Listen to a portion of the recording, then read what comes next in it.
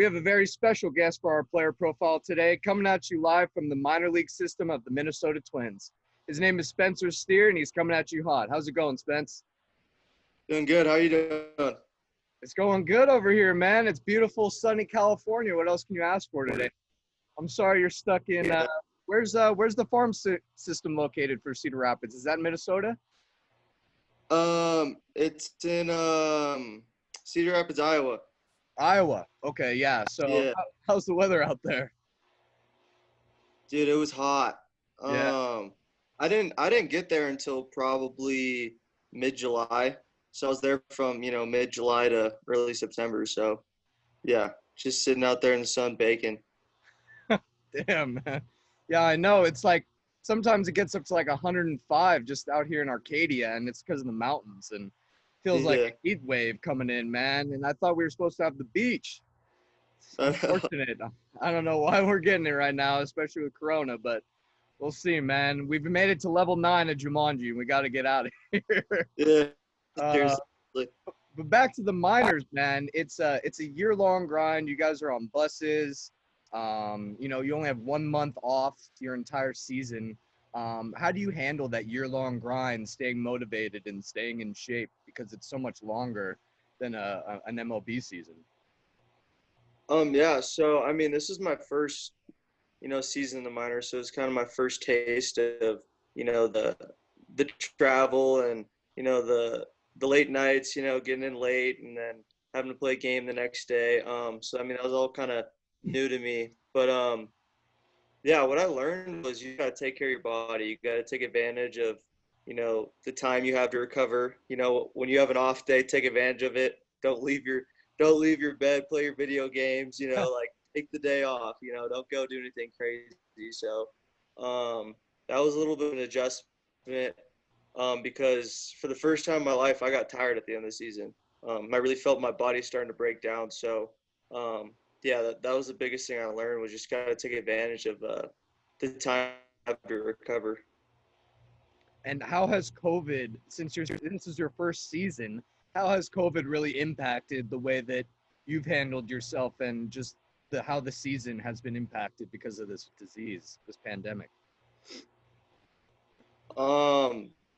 Dude, yeah, it's been kind of a scramble, honestly, just trying to find places to hit, places to work out, because when they sent us home from spring training, I actually went back to Eugene, where I went to school at Oregon, and I was working out in my buddy's garage. His dad, I mean, he's from Salem, so his dad literally brought, a barbell, some dumbbells, and we were working out in his garage, just doing what we can.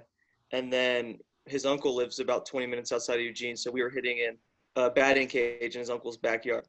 So I mean, we were just trying to find a way to stay ready, because when they sent us home, they said this could be 2 weeks, this could be a month, this could be, however long. So, there's obviously a lot of uncertainty when we left spring training. So it's all kind of about, doing what you can to stay ready, because I mean, still right now, we don't know when we're going back. I mean, it could be soon, it could be not until 2021. So Right. just doing what I can to stay ready, stay in shape.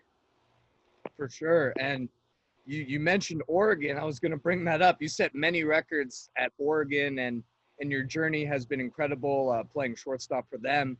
How would you say your journey has been different from others going through Oregon and getting into the minors with everything that you've gone through?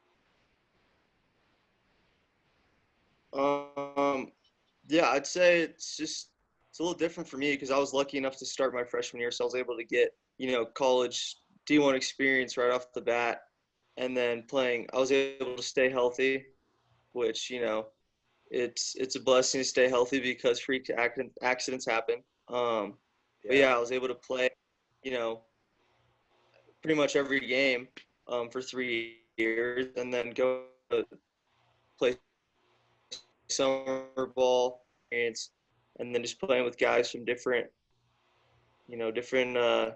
college teams, like guys from Vanderbilt, guys from the SEC, just kind of seeing the different perspectives and styles of baseball around the country. So I say that's pretty unique, that I was able to, get all that experience playing with different guys from different teams and different conferences.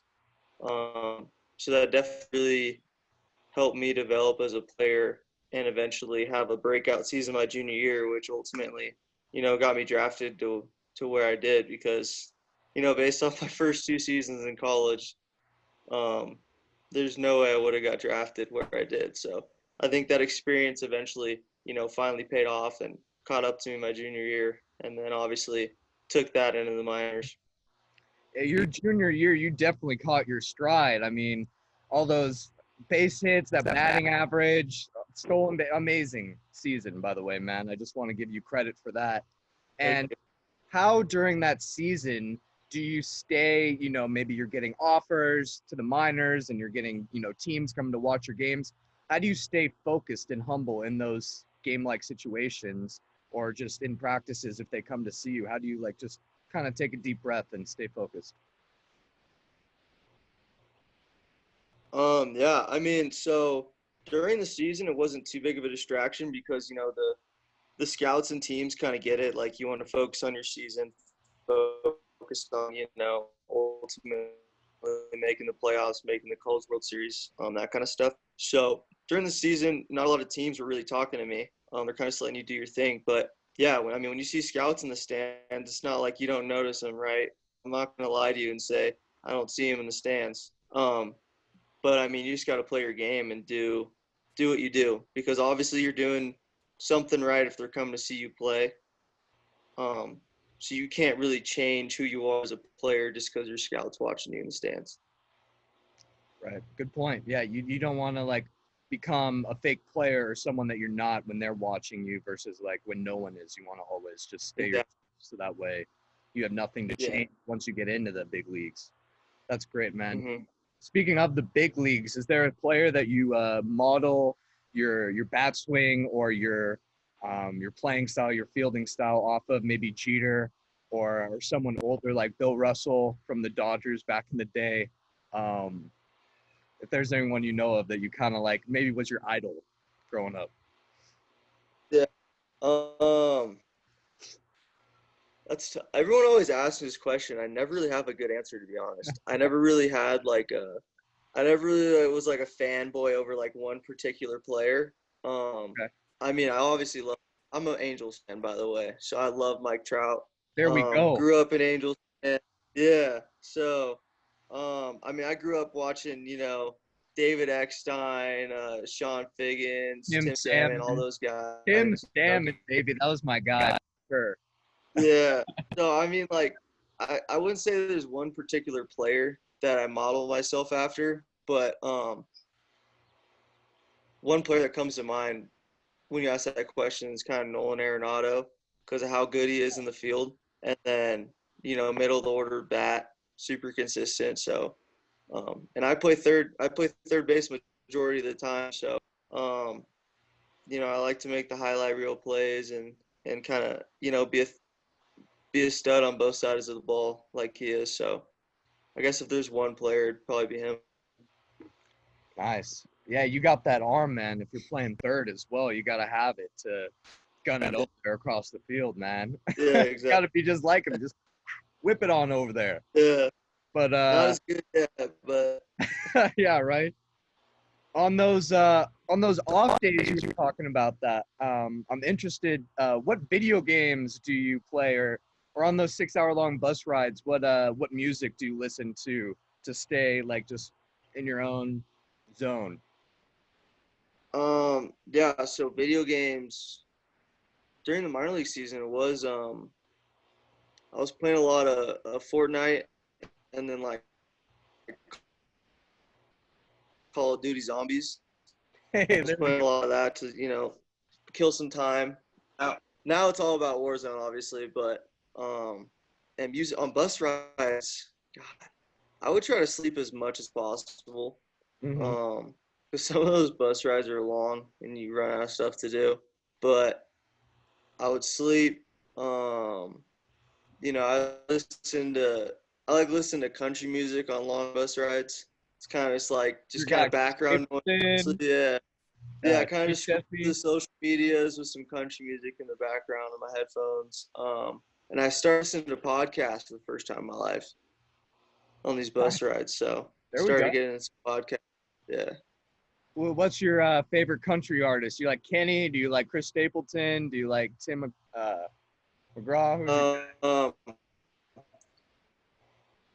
yeah, I really Luke Combs. Luke Combs is my favorite right now. I saw him live, man. He's amazing. He's Yeah, probably up there yeah, with one of my top two right now with Chris Stapleton. Both of them are just phenomenal. yeah, They just have like such a unique voice for country right now, and I think it's awesome. yeah. And another question for you, man.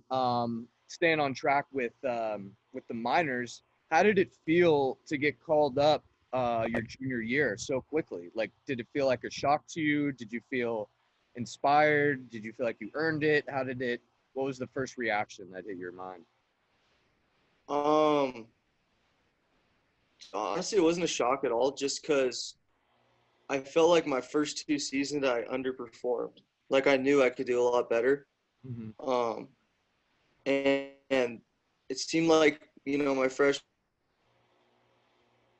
sophomore season, like one point in the season where like everything fell apart. Like I had 0 for 20, or I had a bad couple weekends in a row. That kind of just like not demoralized me, but kind of ruined my seasons, like stat wise, I guess you could say. And my junior season, I feel like I never had that weekend. I feel like every weekend, um, I at least was doing something. I didn't have any weekends where I was 1 for 15, 0 for 12, whatever it is. So I feel like the consistency was finally there, and that everything kind of just clicked. And I feel like everything, I guess like the hard work paid off, but I also feel like, everything kind of just clicked, and the consistency was finally there, and everything kind of just like came together. I guess you could say that year. Yeah, it's interesting to see now in the MLB. I don't know if you've noticed this transition, but a lot of the best hitters aren't like your guys that are hitting 300 or 330. Like that's sometimes Mike Trout, but it's some of those guys like Gavin Lux that are only hitting like 270 or 260 that can really make the difference for your team. And I think that that's so true because it's not about how many times you get hits. It's about what hits you get in certain situations that really Yeah. prove what kind of player you are and how you could clutch up. So for someone who might be struggling, I think that's probably your message for them is just don't worry about it. As long as you could get consistent and come through in those situations, you'll be good. Is that about right? Yeah, exactly. I mean, the object of the game is to score runs, right? Mhm. So, Right. I mean, you go 0 for 3 with nobody on, right? So no one's on the whole game. You go 0 for 3, whatever. But you come up in, the 8th inning, or it's even in the first inning. There's two guys on. You get a base knock. You get 2 RBIs. Like that's all you need to do. You just got to produce. That's all people are going to remember from that day. Yeah, You're 0 for 3. exactly. You could go for 0 for 7, and it's the 15th inning, and you hit a walk off bomb. Everyone's gonna remember that, and you're the hero. So it's all about production. Like that's what the Twins kind of preach too. It's about producing runs. How many runs can we produce? So if your production's high, you're gonna play. You're gonna move up. I don't care if you're hitting 250. If you're hitting the ball hard and you're producing runs, you know, that's all that matters. Hit doubles, hit home runs. You know, batting average is what it is. Um, but yeah, just production. If you hit, you're gonna play. For sure. Yeah. And I think that that's the most key right now for players to realize, especially at the college level and dealing with COVID and everything, is just to keep out working at their game and just to keep motivated, especially right now, because, that's what they need the most. And, and I would say like during the next stages of your minor league career and hopefully your MLB career, fingers crossed, what would you say is your next goal in terms of moving forward and just improving your game? Yeah. So my number one goal right now is just hit the ball harder. Mm-hmm. Um, I've like traditionally hit for a high average, but the extra base hits aren't where I want them to be, and it's not where the Twins want them to be. So my main focus this offseason is, obviously getting in the weight room, getting stronger, but also finding what I can do in my swing to get everything out of my body. And and everything, every pound, everything. So, I'm working with the hitting coaches, over Zoom, sending them video. They're giving me feedback, and we're pretty much just trying to find what I can do to hit the ball harder so I can hit more doubles and more home runs. Um, and then another thing too is the versatility. I know that's super important right now in baseball. A lot of guys are playing multiple positions, and with all the shifts, you're rarely playing a straight up shortstop or straight up second base anymore Oh yeah. with all the shifts. So I'm You're really playing on working the on, bag. yeah. Yeah. So, especially the organization, we love the shifts.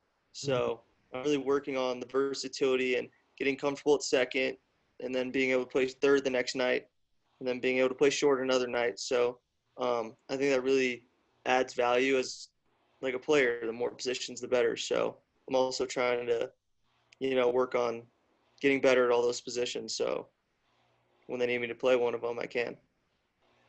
That's awesome, Spencer. Yeah, because utility guys are the most valuable, I think. If you can go Yeah. anywhere like Cody Bellinger can first or left field or right field, I mean, they can use them anywhere.